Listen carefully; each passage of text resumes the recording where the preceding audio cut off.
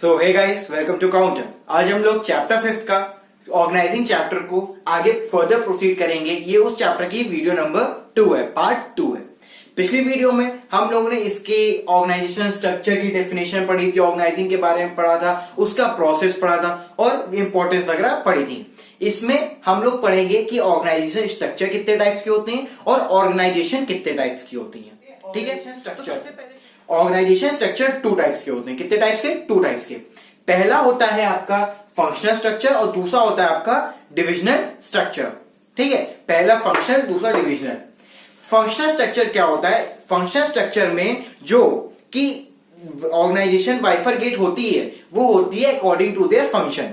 इसका एग्जांपल में आपने लिया है, जैसे एक ऑर्गेनाइजेशन है वो प्रोड्यूस करती है मार्कर्स। ठीक है, वो प्रोड्यूस करती है मार्कर। तो जैसे मार्कर प्रोड्यूस करती है, पेंसिल प्रोड्यूस करती है, एक्सेट्रा, ऐसी सारी चीजें प्रोड्यूस करती हैं। तो उस ऑर्गेनाइजेशन में जो बाइफरकेशन हुआ है वो ऐसे हुआ कि जो मार्कर बनाने वाला है, या जो पेंसिल बनाने वाला है, सबके लिए एक सेल्स डिपार्टमेंट है, ठीक है, एक परचेज डिपार्टमेंट है, एक फाइनेंस डिपार्टमेंट है, एक एचआर डिपार्टमेंट है। मतलब मार्कर, पेंसिल, बोर्ड जो भी बनता है उस ऑर्गेनाइजेशन में, उससे रिलेटेड जो सेल्स का काम होगा वो सेल्स डिपार्टमेंट देखेगा, उससे रिलेटेड जो परचेज का काम होगा वो परचेज डिपार्टमेंट देखेगा, उससे रिलेटेड जो फाइनेंस का काम होगा वो फाइनेंस डिपार्टमेंट देखेगा, उससे रिलेटेड जो ह्यूमन रिसोर्स मैनेजमेंट का काम होगा वो एचआर डिपार्टमेंट देखेगा। ठीक है, तो इस टाइप के बाइफरकेशन को हम लोग कहते हैं कि ये फंक्शनल स्ट्रक्चर है, जिसमें कि फंक्शंस के अकॉर्डिंग ये सब क्या है, सेल्स, परचेज, फाइनेंस, ये सब एक फंक्शनिंग तो है। सेल्स करना, परचेज करना, फाइनेंस को देखना, ये सब एक फंक्शन। तो इसके अकॉर्डिंग जब बाइफरकेशन होगा तो इसको हम लोग कहेंगे फंक्शनल स्ट्रक्चर। केस स्टडी में ये पूछने को बहुत आता है कि आइडेंटिफाई करिए कौन सा ऑर्गेनाइजेशन स्ट्रक्चर है। ठीक है, समझ में आ गया होगा आप लोग को फंक्शनल स्ट्रक्चर क्या होता है, जिसमें उनके फंक्शन के हिसाब से बाइफरकेशन होता है। एग्जाम्पल मैंने आपको बता दिया। अब इसकी कुछ मेरिट्स, कुछ एडवांटेजेस और कुछ डीमेरिट्स, कुछ डिसएडवांटेज होती हैं। सबसे पहले देखते हैं एडवांटेज क्या होती हैं। एडवांटेज होती है ऑक्यूपेशनल स्पेशलाइजेशन।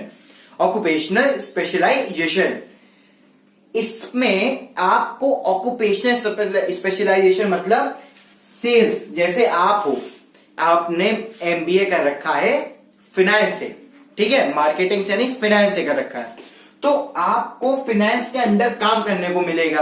तो आपको फाइनेंस की फील्ड में स्पेशलाइजेशन मिलेगा, क्योंकि आप इसी फील्ड से पढ़ाई करके इसी फील्ड के लिए काम कर रहे हो। तो आपको इस फील्ड में कहीं ना कहीं आप इस पे स्पेशलाइज्ड हो जाओगे, आपको स्पेशलाइजेशन मिलेगा। तो इसीलिए यहां बोला गया है occupational specialization. Second, promote control and coordination within department. कैसे?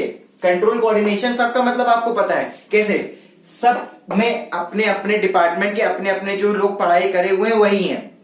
सेल्स में सेल्स के वाला बंदा है, परचेज में परचेज वाला बंदा है, फाइनेंस में फाइनेंस वाला बंदा है। तो इसमें क्या होता है, जब आपके हेड होगा जो फाइनेंस डिपार्टमेंट का, उसके अंदर जितने काम कर रहे होंगे वो सब फाइनेंस के बारे में जानकारी रखते होंगे, तभी उनको फाइनेंस डिपार्टमेंट में लिया गया। तो इसीलिए वहां पे कंट्रोल करना और उसमें कोऑर्डिनेट करना बहुत आसान हो जाता है, क्योंकि आपकी बात को वो लोग अच्छे से समझ सकते हैं। इसीलिए वहां पे कंट्रोल और कोऑर्डिनेट करना उनके लिए आसान हो जाता है। सेकंड, डिसएडवांटेजेस क्या होती हैं? एडवांटेजेस पढ़ ली, डिसएडवांटेजेस पे आते हैं। क्या होती हैं? पहला, problem in coordination. Promote control and coordination within department. With in department में तो अच्छा कोऑर्डिनेशन और कंट्रोल होता है, लेकिन प्रॉब्लम इन कोऑर्डिनेशन अपने खुद के डिपार्टमेंट में नहीं हो पाता है। क्यों?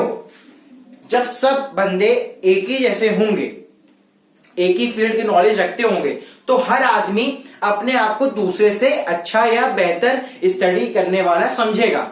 वो समझेगा मैं तुमसे अच्छा हूं, वो वाला समझेगा कि मैं तुमसे अच्छा हूं। इसीलिए जो ऑर्गेनाइजेशन के अंदर कोऑर्डिनेशन है वो कहीं ना कहीं इस डिपार्टमेंट के अंदर, इस डिपार्टमेंट के अंदर, इस डिपार्टमेंट के अंदर लैक करेगा। समझ में आ रही है बात? क्योंकि सारे जो लोग अंदर काम करने वाले होंगे एक ही फील्ड से जुड़े हैं, तो वो हमेशा उस फील्ड में अपने आप को बेस्ट साबित करने की कोशिश करेंगे। इसीलिए ये जो चीज है, कोऑर्डिनेशन की कमी डिपार्टमेंट के अंदर लैक करेगी। Okay. Second, conflict in interest. Conflict interest में कॉन्फ्लिक्ट कैसे होगा? इंटरेस्ट, अब इसका मन है, इसका इंटरेस्ट है इसमें परचेज में, लेकिन इसको दे दिया गया फाइनेंस। अगर फाइनेंस में किसी की कमी है तो परचेज वाले को फाइनेंस दे दिया गया, तो कहीं ना कहीं इसका जो इंटरेस्ट था परचेज की तरफ, उसमें कॉन्फ्लिक्ट हुआ। इसीलिए जो इसमें एक डिसएडवांटेज होता है वो कॉन्फ्लिक्ट होता है इंटरेस्ट में। ठीक है। नेक्स्ट आता है डिविजनल स्ट्रक्चर। डिविजनल स्ट्रक्चर में ऑर्गेनाइजेशन में क्या होता है, उसमें डिविजनल स्ट्रक्चर में एक ऑर्गेनाइजेशन के अंदर उसके प्रोडक्ट से रिलेटेड बांट दिया जाता है। जैसे एक ऑर्गेनाइजेशन, मैंने ये सपोज करी, ये बनाती है मोबाइल, लैपटॉप, टीवी, 3 प्रोडक्ट बनाती है। तो इसने अपनी ऑर्गेनाइजेशन में 3 डिपार्टमेंट बना दिए। एक डिपार्टमेंट जो पूरी तरह मोबाइल देखेगा, दूसरा डिपार्टमेंट जो पूरी तरह लैपटॉप्स को देखेगा, और तीसरा डिपार्टमेंट जो पूरी तरह टेलीविजन को देखेगा। तो इसने अपने ऑर्गेनाइजेशन में 3 डिपार्टमेंट बना दिए। इसने क्या किया था, इसने अपनी ऑर्गेनाइजेशन में सारे प्रोडक्ट के लिए उनके फंक्शंस के डिपार्टमेंट बनाए थे, लेकिन इसमें उल्टा किया, इसमें इनने उसी प्रोडक्ट्स के डिपार्टमेंट बना दिए। अब इस प्रोडक्ट के डिपार्टमेंट के अंदर उनका सेल, फाइनेंस, सब कुछ एक ही डिपार्टमेंट देखेगा। इसके एडवांटेज क्या होते हैं, ये आप समझ गए कैसे इसमें डिवीजन होता है और किसमें, इसमें स्ट्रक्चर और स्ट्रक्चर में क्या अंतर है। अब इसके कुछ एडवांटेज है, इसके कुछ डिसएडवांटेज है। Advantage, product specialization. इसमें था ऑक्यूपेशनल, क्योंकि ये सब एक ऑक्यूपेशन है। फाइनेंस से अगर हम एमबीए करें तो फाइनेंस ऑक्यूपेशन हो गया, परचेज ऑक्यूपेशन हो गया। तो आप इसके अंडर काम करोगे तो आपको इसका ऑक्यूपेशन का स्पेशलाइजेशन मिलेगा। लेकिन यहां पे आप एक प्रोडक्ट के अंदर काम कर रहे हो, एक प्रोडक्ट के डिपार्टमेंट में काम कर रहे हो, तो आपको उस प्रोडक्ट बनाने में, उस प्रोडक्ट को प्रोड्यूस करने में स्पेशलाइजेशन मिल जाएगा। ठीक है।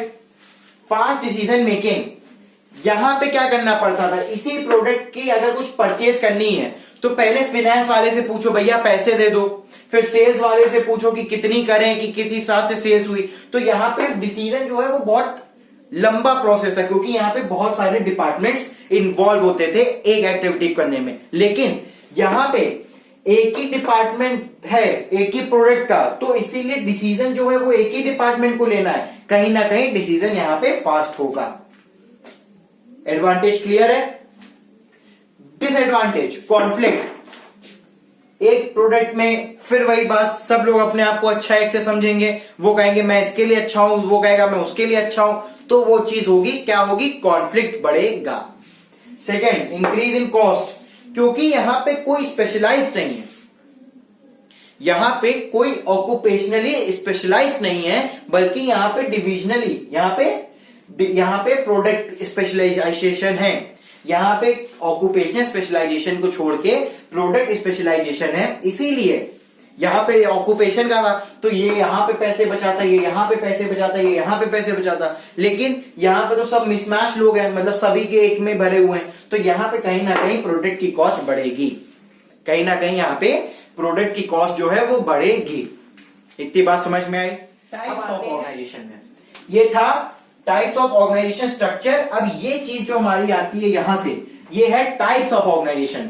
हम लोग को पहचानने को दे दिया जाता है कि बताओ टाइप्स ऑफ ऑर्गेनाइजेशन क्या है इसमें, या टाइप्स ऑफ ऑर्गेनाइजेशन स्ट्रक्चर क्या है। तो आप इन दोनों के बीच में कंफ्यूज ना होइएगा, स्ट्रक्चर और सिर्फ ऑर्गेनाइजेशन को देख लीजिएगा, तभी आप इन दोनों में से आंसर को चूज करिएगा। ठीक है।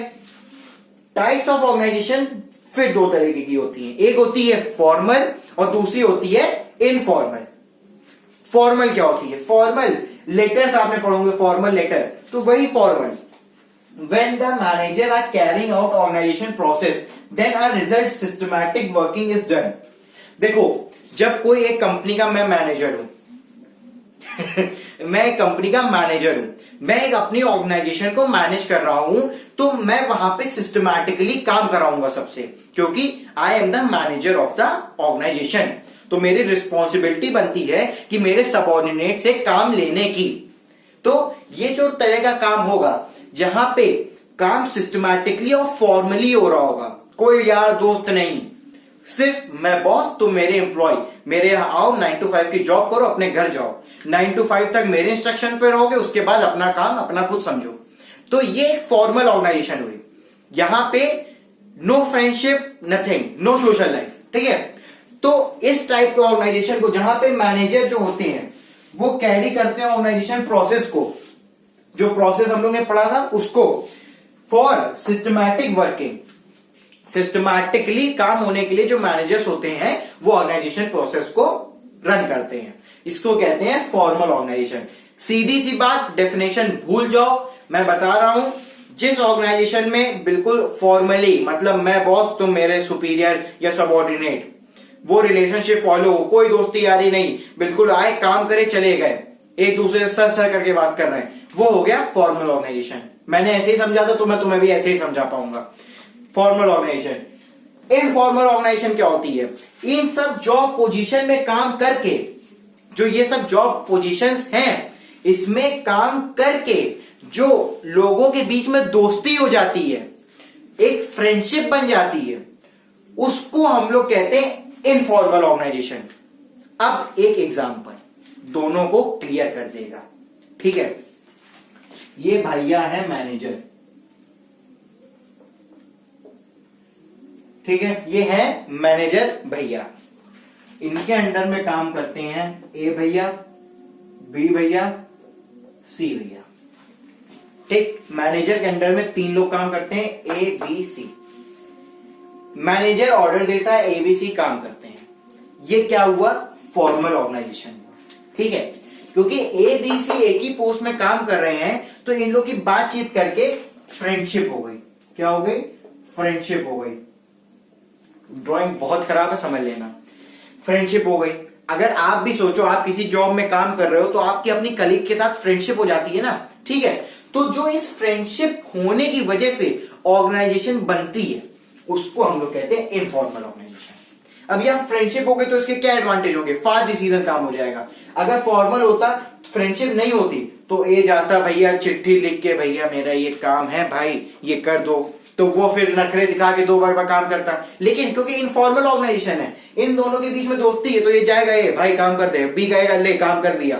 तो फॉर्मल में क्या होता है? फास्ट काम होता है, ठीक है। जो कम्युनिकेशन होता है वो फास्ट होता है, कोऑर्डिनेशन अच्छा होता है। लेकिन इसके डिसएडवांटेजेस क्या होते हैं? इसमें रूमर्स बहुत फैलते हैं, एक दूसरे को आगे निकलना है। तो बी ने क्या किया? इसके खिलाफ रूमर्स फैला दिया कि ये बहुत गंदा है, ये काम नहीं करता, ये ऐसा करता है, तो ए आगे, बी आगे निकल जाएगा। ये इसकी डिसएडवांटेजेस होती हैं, ठीक है। तो ये डिसएडवांटेजेस एडवांटेजेस आपको बस एक, अगर ऑर्गेनाइजेशन ही समझ में आ गई तो अपने आप लोग कर लेंगे। फॉर्मल इनफॉर्मल में सिर्फ इतना होता है, फॉर्मल होती है जिसमें मैनेजर सारी ऑर्गेनाइजेशन की एक्टिविटी कैरी करवाता है सिस्टमैटिक तरीके से काम पूरा करने के लिए।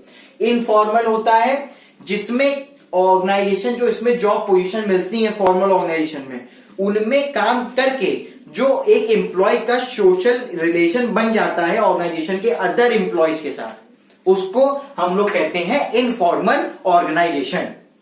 समझ में आ रही है बात? ये पूरा क्लियर आपको हो गया होना चाहिए, ठीक है, अच्छे से। तो आखिरी में जैसा मैं हमेशा कहता हूं, अगर चैनल पे नए हैं तो सब्सक्राइब कर दीजिए, बेल आइकन दबाइए और हमारी वीडियो के लिए इंतजार करते रहिए। अगली वीडियो में हम लोग पढ़ेंगे इसके आगे के टॉपिक, जो कि है डेलीगेशन ऑफ अथॉरिटी और सेंट्रलाइजेशन एंड डिसेंट्रलाइजेशन। तब तक के लिए thank you and have a nice day.